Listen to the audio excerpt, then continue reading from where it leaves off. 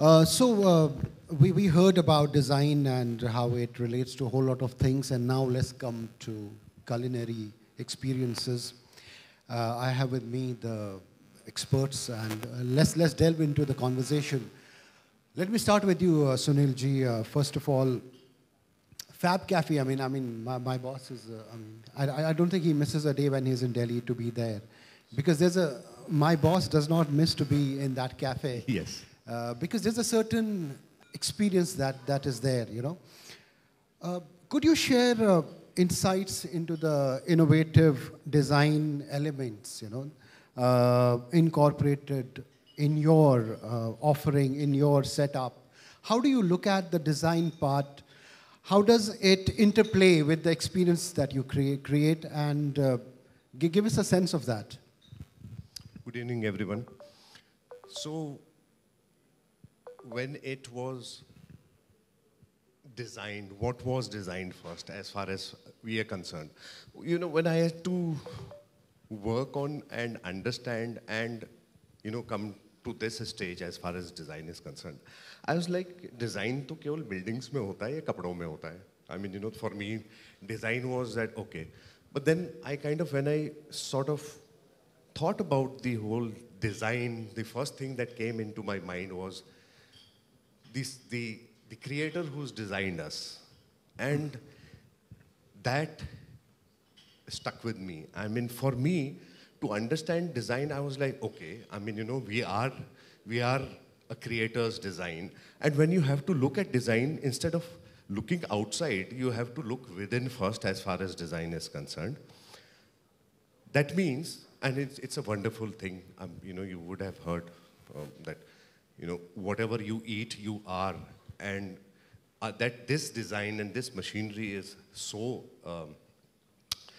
important and so amazing that, you know, we become what we eat, essentially from food perspective. So I feel, first thing first, I feel that, you know, for the design to be exclusive, it has to be inclusive first as far as design is concerned. And now coming to the food in terms of design, I feel that, you know, how I approach it from my, and you would understand it from my made alt perspective, that the design philosophy has to be pure in terms of the approach, and in terms of, from food perspective, I would like to say that, you know, I would never design food which my children won't eat. So that is one thing. Secondly, I mean, you know, from a design perspective, I can understand in hospitality sector, for design to be able to reimagine the design, you'd have to understand the design first and then execute it. And I feel that in hospitality sector, you know, there are two very distinctive fields. First field is the experience in which you go to a hotel or to a restaurant, and you know, you get that experience when you go there, and you go to the food. And the other aspect of that is that the food comes to you by means of, you know, these snacks or the food that you buy off the shelf. I will certainly expand on this aspect more, and would like to kind of would like you to understand that, you know, although this is a very, very vast field as far as you know, taking the design approach is concerned, I feel that you know, in today's world, you have to, when it comes to food, from a design perspective, you have to keep certain aspects in mind. That is, one of them is technology. One of them is the lifestyle that you are leading, I mean, in terms of, you know, and the environment that you are in. And of course, the availability of resources. Right. So yes, I'll expand on that. Of course, I'll come to, I have further questions probing that part of it. But let me come to Mr. Kinney at this, you know, stage. You know, of course, the architecture of this place and everything else, you know, we look at. But when it comes to food, how do you approach food design and match it with the guest experiences, what all thinking goes into it? Like yesterday we had a Sattvic menu. We saw it fit with the theme of the event as well. But how do you approach food design with the guest experience at St. Regis? Firstly, thank you for being at the St. Regis Mumbai. I think it's a pleasure to host all of you. Uh, uh, on my concept of designing food, I think it's come a long way from the time where chefs were only in the back kitchen and never in the forefront. So I'm talking from about 30 years of experience of being a chef, and I've seen it evolve over the years, right from the pre-computer era when we had, no way to even click for any information, or had to go back to books and look at recipes in the hard copy. But a lot has changed. And we had to, as chefs, we had to really change with the times. So for us, creativity and innovation is at the helm of food design. And that keeps evolving every time. Whether it is like the Sattvic menu you mentioned, or any new cuisine that comes, any new ingredient, a new cooking style, we have to ensure that you adapt to that and ensure that features in your menus. What that does is it keeps you interested. It keeps the guest interested in what you're doing new. It keeps the staff interested. And there's always a new question, a new point of curiosity on what is on your plate. But having said that, a lot has evolved over the years, and it will only keep evolving. A new thing which is added on is sustainability. I think a lot of us, a lot of chefs are concerned about the planet, and the guests are demanding more and more sustainable things, more sustainable ingredients on your plate. So that is also now added on. So it's a ever evolving case, and we keep moving as we go along. But creativity and innovation will always be at the helm of things. Creativity and innovation. Raghav, what is your idea of integrating design? What elements do you prioritize, when you have to kind of approach a certain design that fits your offering? How do you kind of deal with that? So I would like to preface my comments by saying that I'm neither a chef nor an architect, and therefore I feel like a bit of an imposter being on as a discussant on this panel. But I do feel lucky to have been surrounded by people with tremendous talent, especially with aspects of design, and therefore I'm speaking on their behalf effectively, colleagues, teams. When it comes to our approach to design at the Kumaon, we are a small boutique 10-key hotel up in the mountains, right? And for us, really, it was a discovery of the local, of the vernacular in all elements of what we wanted to bring to our guest experience. So when it came to materiality, for example, in construction, when it came to the design aspects, we were inspired by, or the architects were inspired by a lot of the vernacular construction techniques and materials used, right, which are no longer in vogue today just because those skill sets have evaporated. Also because modern materials and construction techniques are, easier and cheaper to access today. Similarly, when it came to certain elements like, for example, bridge construction, which used to happen up in the mountains, which again came from, let's say, a colonial era, the architects again wanted to incorporate some of those elements, and therefore we have a mixture of really vernacular design, as one would still find in some of the remote villages, but it is more in terms of the materiality, not in terms of the actual design, in terms of what the architecture, what it looks like, but what the elements of the architecture are. And very similarly, to me, it was a discovery of the local foods, the local grains, the local pulses, which I was entirely unfamiliar with. We started this journey of creating this venture about 11 years back, and things like madwa, things like gehet. We saw that there were villagers who were making cactus ki sabzi, and that was completely alien. So for us, it became very apparent that instead of trying to, import, let's say, foreign materials from the cities or from overseas, which is part of, let's say, the standard equation of luxury hospitality, luxury dining, why don't we bring to an urban audience an experience of vernacular cuisine as well, right? And really that became the ethos, that became the imprint that we wished, and we continue to espouse today. Wonderful. That's being very inclusive in that sense. Mr. Chauhan, frozen food often gets bad reputation, and there's a certain concept around it. You know, we all feel that we need fresh food and frozen food is bad for us. How do you challenge this perception and maintain nutrient value, in frozen meals? So frozen food is a method of preservation, and preservation in terms of food was there right from, ages, since ages. You would dry your food in sun and, eat it months later. That was a way of preserving food, but that was probably the only technology. Sun and wind is what we had at that point of time. Today, as we progress, everything is progressive, and so is the technology as far as food is concerned. So you will be surprised, basically, that the fact is that frozen food, actually, if I was to cook food, freeze it right now, and consume it after 6 months, to food which is cooked today in the morning and consumed in the afternoon, the bacterial count of the food which is being cooked and cooled in a natural manner would have more bacterial counts than food which was blast chilled and frozen, for example. So there is absolutely no nutritional loss in fruits and food which is frozen. Ideally, once it is ripe, it should be plucked from the tree and frozen as fast as possible.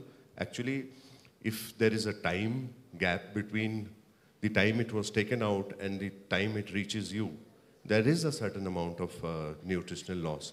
But I mean, who would have imagined 100 years back that you'd fry a potato, put it in a pouch, and have it after 6 months, and you still eat it without, being concerned about the preservation there. The preservatives there ideally and usually are, the nitrogen which is flushed into the packet so that there is no oxidation that happens, for example.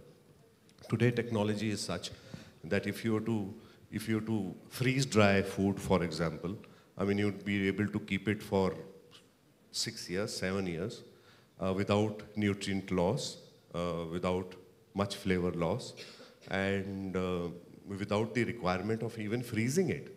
So I think, it's just that we go by the understanding and the perception that packed food is actually not good for your health. So there is, for example, there is retorted food. The retort technology, you'd see food on the shelf, whether it's a dal chawal or, a dal makhni or any kind of, you look at brands like ITC and Kohinoor and all, they have food which clearly says there are no preservative. Actually, there are no preservatives. They couldn't be claiming, they couldn't be writing these claims without actually doing it. So technology is what has come to help, and I believe in future as well, the way technology is increasing in ensuring a better health, at one level. There is a technology which is helping us to ensure that we get not only fresh food also, but we get food from which is not local. And you can't stop people from not eating local, although we try and do that. But the way we demand food and what we want to see from a newness perspective as far as food is concerned, everybody is demanding. So we have to take that also into mind. Right. Right. So good. You just clarified something. I had a personal, question around it, but thank you, for clarifying it. Ms. Kerry, tell me, you have so many. This is a demanding space also. Luxury hotel, operating it at multiple levels. You have a conference going on. You have a wedding going on. You have 20 other things at the same time. There's a lot of things. There are a lot of things happening at the back end. When it comes to designing the food. Give me a sense of how the back end works. The hurdle that you do. How do you kind of, bring your team to the same page that, look, we're going to do this. What kind of discussions happen at the back end, Do you get the brief from the client or do you give them the brief? How does it work at the back end? Thank you. I think it's a very interesting question. So when you take restaurants and banqueting, both are related to food, but they are two different approaches altogether. While at a restaurant, it's more about the a la carte menu, it's more about the pop-ups that you do, more about the festive menu that you bring in. Those are decided a few months in advance. Then there's also a expiry date for that on when you want to change the menu, what seasonal produce do you want to bring in. While for banquets, the discussions start much earlier. And every wedding, I mean, without being biased, every wedding discussion is almost the same. Every client comes to you saying, "Mujhe kuch alag karna hai is menu mein." And finally, 90% menus are all same, right? Right, and that's what it all boils down to. But every discussion starts with, I want my menu to be different from. बिल्कुल हटके, हाँ. Yeah, thoda hatke. But having said that, the chef is with the client from day one. That gives us an easier understanding of what the expectations from the clients are, how many people. So there's lots which goes into the back end. And for any menu, we start planning a week in advance, right from the time the menu design is closed, the layout of the function is closed, the crockery, cutlery, glassware is closed. And then 3 days before the event is when we start discussion on the food. The ordering happens, it's processed the next day, and on the final day, the food is produced. So there's a lot which goes on beyond that. And also, it's very typical for us Indians, the crowd can just shoot up by 20% without information, right? And we have to be ready with that because the very fact that the guest has chosen the St. Regis Mumbai to be his venue, his reputation is at stake, right? We cannot let him down because of the food not being good or food, not being sufficient for the wedding. And as every wedding discussion would start, is समझ लो आपकी भांजी की शादी है, but they never give you an invitation. That's on the lighter side, but there's a lot of planning, there's a lot of pre-programming which goes into it. Thank you. Right. Raghav, let me ask you a different question. When we look at design and hospitality, and we look at global brands, in the hospitality industry, what are we doing good, first of all?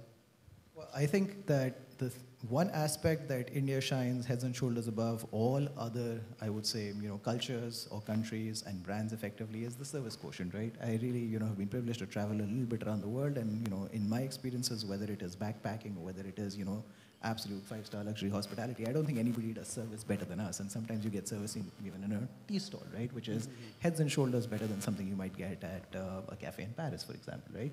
So I don't think, that is something which is part of our culture, and I think that's something that we should celebrate and continue to sort of showcase to both us individually, locally, as well as to anyone who comes to visit us, right?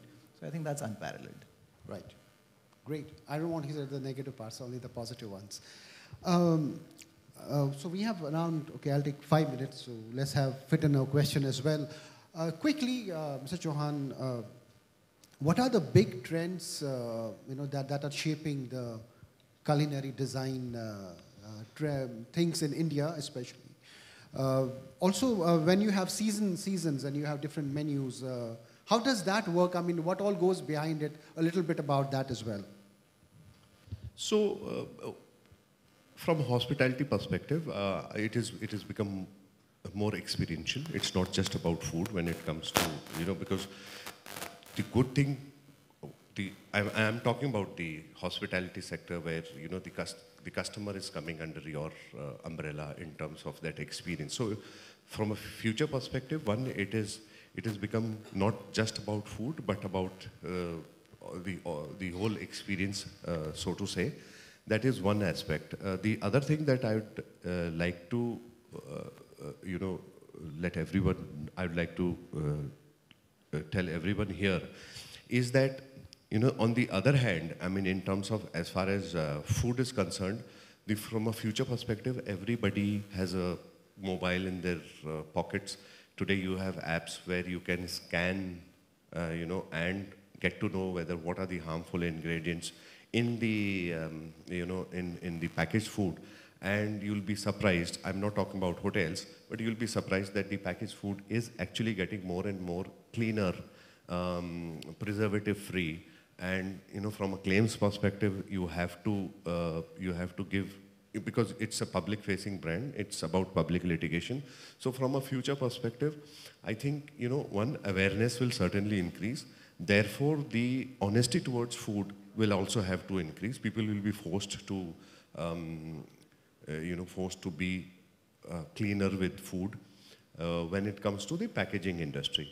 What I'm seeing and what I'm also observing, which is sad at the moment, is that the food which you order from outside, and so to say many cloud kitchens and restaurants, which are, for them it is about business, not about health. They are feeding you, colors and additives, and that is what is actually more worrying. So, from a future perspective, in fact, I think, from design perspective, we will go towards more of mindful eating. That is certainly going to happen. As I said, technology will be helping us. And today, post-COVID, otherwise also thanks to Instagram and thanks to Shorts and all that, where you are more aware as far as that is concerned. But currently, what I feel and what concerns me a little bit is that the eating is mindless currently, and as food designers, it is our responsibility to ensure that while you are not taking care of what you are consuming, it is our responsibility to ensure and to come up with brands and to come up with solutions and to come up with products where where we are, regardless of what you think about food, we have to be honest about it. Fab Cafe, in terms of approach, ensures that whether it is whether it is not using refined flours, refined sugars, processed food in the recipes that we do, or made alt, for example, that I am doing, I would only do food that I'd be able to feed my children, right? And that is something, that is what, as a philosophy I carry. And I think, as I said in the beginning, that there is a design, there's a blueprint which was given to us by the Almighty, and it is our responsibility to, to layer that blueprint with the sensible consumption. That's what Wonderful. I'd like to mention. Chef Kenny, design is about creativity, and creativity is about maybe looking up to getting inspired. Who do you look up to, first of all? Do you get enough time, that blue sky time, to think around things, or how does it kind of work for you? So, yes, we all of us are very busy all the time, but what I've been able to follow through my career is what I call planned innovation. Yeah? Oh, sorry? Planned innovation. You actually set out time for innovation, because otherwise you get into the rut of life, and you never get time, because there's something happening planned every innovation. time. Wow. So you actually sit down with your team, because when you run a larger operation like this, when you're doing diverse cuisines like Peruvian, you're doing Middle Eastern, you're doing Indian, I can't do everything by myself. And what has worked for me, I hire the best in the business for that particular subject, and then I worked with that chef so that his personality comes out through the food. So when we have the planned innovation time, we sit with the team and say, all right, these are the 5 new things that we're going to do. Now let's start putting our head together and come up with 3 great ideas which you can carry forward, whether it's a use of a new cooking technique, a new ingredient, a new sustainable practice, a new plate design, or could be anything else. So unless you really, really plan that well, you'll never have time for that. Thank you. Right. Raghav, what are the bigger trends maybe in the next couple of years that we see in the hospitality sector that will drive the conversation of innovation in design? What are those? So I would say that there are two divergent trends, and I think both will play out simultaneously, both in the food and in the general, let's say, hospitality ecosystem, right? One is the experiential quotient that I think several other speakers have also spoken about, right? That while it's fine that there is, I think there was a gentleman from Tata Elxsi who mentioned about urbanization, and that is a trend. To me, it's a symptom of aspiration, right? So as there is more and more opportunity, there is aspiration, people will want to experience the novel, right? And that might mean experiencing large-scale hospitality like at a St. Regis or maybe as Burj Al Arab in Dubai. But at the same time, I think that there is also going back to our roots and to also discover the regional in a certain sense, right? So I do think that both these trends will play out simultaneously. I don't know what the difference in weightage will be. And I feel that the same is also true when it comes to food and consumption, right? That, with aspiration, whenever there is greater urbanization, the first thing that somebody, let's say, coming from a rural to an urban, environment would want to, I don't know, eat a burger, go to McDonald's, eat a pizza, right? But at the same time, I think what Sunilji was mentioning earlier was that, there is more and more awareness in the urban audience of the fact that we want to have a greater, wellness, holistic quotient in terms of what we're consuming. So I think both of these are trends that will continue to play out, and, therefore there is opportunity in both of those. Wonderful. Before I go, yeah.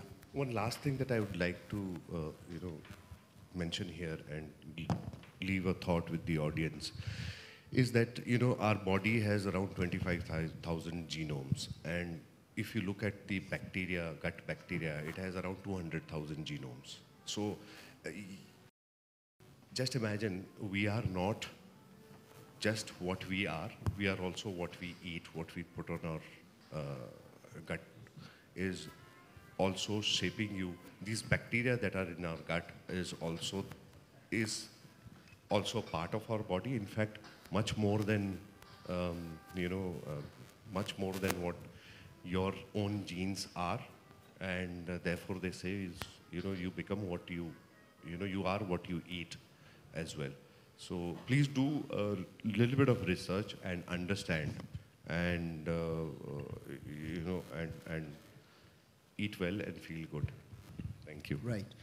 Over with the time and at the right time. Thank you, Mr. Chauhan. Thank you. Mr. Raghav and Chef Kenny for this conversation. Thank you. Thank you.